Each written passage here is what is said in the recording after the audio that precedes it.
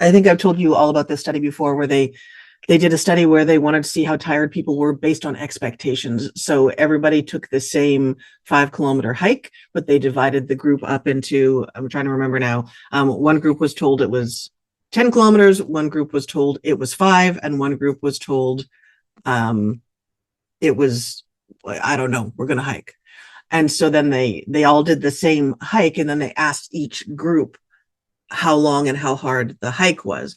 And so the people who had been told what it was, so they knew what to expect. They said, "Oh, are you sure that was 5K? It felt really, it felt really good. I thought it was going to be harder," and et cetera, et cetera. The people who thought that we're just told we're just going to go for a hike, and they were going, "Oh, how much longer? Not much longer. How much longer? Oh, we're almost there. How much longer? Oh, I don't know, but not much longer." They came back and they said, "How long was it?" And they said, "Oh, I don't know, 10, 15, 800 kilometers. Like it felt like it went on forever." Because when we don't know when something's ending, it's hard to keep ourselves going. When I was in TCM school, as much as I would occasionally climb halfway up the stairs, realize I'd forgotten something, sit down and just cry because I was so tired and I couldn't do one more thing.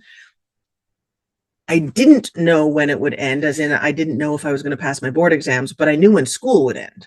And so even having that little endpoint to look forward to, it was one of the reasons that I could pick myself up and go the next day, even though it was hard, even though I was tired, even though I was exhausted. So part of this is, well, we know what the endpoint is. We're aiming for joy. We're aiming for joy and the appropriate amount of energy.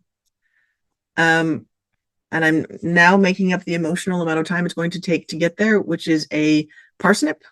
It's like a parsec, but with some vegetable energy. So we've only got 4 parsnips to go.